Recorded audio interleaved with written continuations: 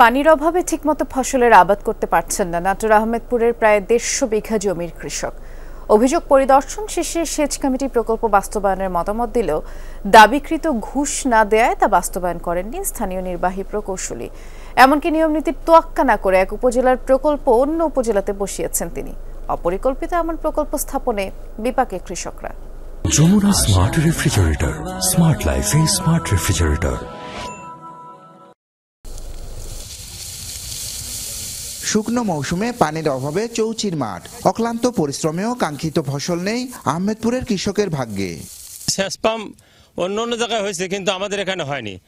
এই জন্য আমাদের এখানকার এই আশপাশের কৃষকগুলা আমরা খুব কষ্টের ভিতরে আছি। এই সেচ প্রকল্প ছাড়া কোনো ফসল হচ্ছে না, তাতে আমরা প্রচন্ড ক্ষতিগ্রস্ত। টিউনো সাহেব এসিলেন, সবাই এখানে আসি বসি, তারা সিদ্ধান্ত দিচ্ছে যে না, এই ১৫০ বিঘা জমির জন্য সেচ খুবই জরুরি। চাষিদের সেচ সুবিধা দিতে নদী তীরবর্তী এলাকায় একটি প্রকল্প নেয় বাংলাদেশ কৃষি উন্নয়ন কর্পোরেশন BADC। ২০২০ সালে বড়াই গ্রামের আহমেদপুরে প্রকল্প বাস্তবায়নের পক্ষে মতামত দেয় উপজেলা সেচ কমিটি। অভিযোগ, সব সম্ভাবনা ও যোগ্যতার পরও কেবল ঘুষ না দেওয়ায় সেই প্রকল্প আলোর মুখ দেখেনি। নির্বাহী প্রকৌশলী সাজ্জাদ হোসেনের অনিয়মের প্রেক্ষিতে আজ পর্যন্ত আমি এখানে কোনো বরাদ্দ পাই নাই। উনি এমন একটা মানুষ যে ওনাকে টাকা দিলে ওনার কাছে অনিয়ম নিয়ম, আর টাকা না দিলে নিয়মটাই অনিয়ম। আমাদের স্কিমটা না হওয়ার একটাই কারণ, আমরা তাকে টাকা দিতে পারিনি। তার উদ্দেশ্য টাকা। মজার ব্যাপার, ২০২২-২৩ অর্থ বছরে সেই বড়াই গ্রামে একসাথে দুটি সেচ প্রকল্প স্থাপন করা হয়, তবে সেটা আহমেদপুরের বদলে জোয়ারির আটঘরিয়া এলাকায়। আহমেদপুরের কৃষকদের অভিযোগ, পাশের বাগাতিপাড়া উপজেলায় আবেদনকৃত দুটি প্রকল্প নিয়ে আসা হয়েছে এই এলাকায়। অন্যদিকে বঞ্চিত আহমেদপুরের অর্ধশতাধিক কৃষক। অভিযোগের সংবাদ সংগ্রহ করতে গেলে যমুনার সংবাদকর্মীদের ওপর চড়াও হয় প্রকল্প গ্রহণকারীরা। এটা অবশ্যই দুর্নীতির মাধ্যমে না হলে এটা স্থাপিত হওয়ার কথা না।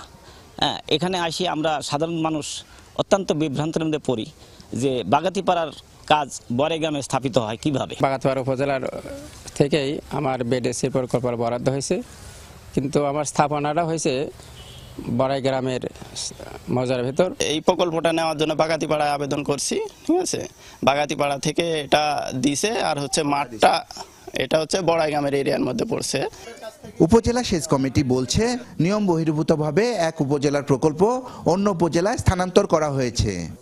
এক উপজেলার প্রকল্প অন্য উপজেলায় নেওয়া কোনোভাবেই সম্ভব না। উপজেলা সেচ কমিটি সেটি অথবা উন্নয়ন সমন্বয়, জেলা উন্নয়ন সমন্বয় যে মিটিং হয়, সেই মিটিং এর মাধ্যমে যদি সিদ্ধান্ত নেওয়া হয় সেক্ষেত্রে সম্ভব। অন্যথায় যদি কেউ এটি করে থাকে সেটি আমার মনে হয় নিয়ম বহির্ভূত, এবং সেটি যদি কেউ করে থাকে সেই দায়টা আসলে সেই সংশ্লিষ্ট কর্তৃপক্ষের।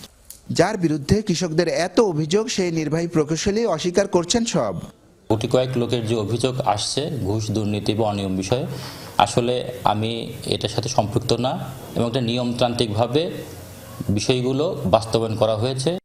গত ৬ জানুয়ারি বদলির আদেশ হয় নির্বাহী প্রকৌশলী সাজ্জাদ হোসেনের। তারপরেও নাটোরের বহাল তবিয়তে আছেন এই কর্মকর্তা। নাজমুল হাসান, যমুনা নিউজ, নাটোর।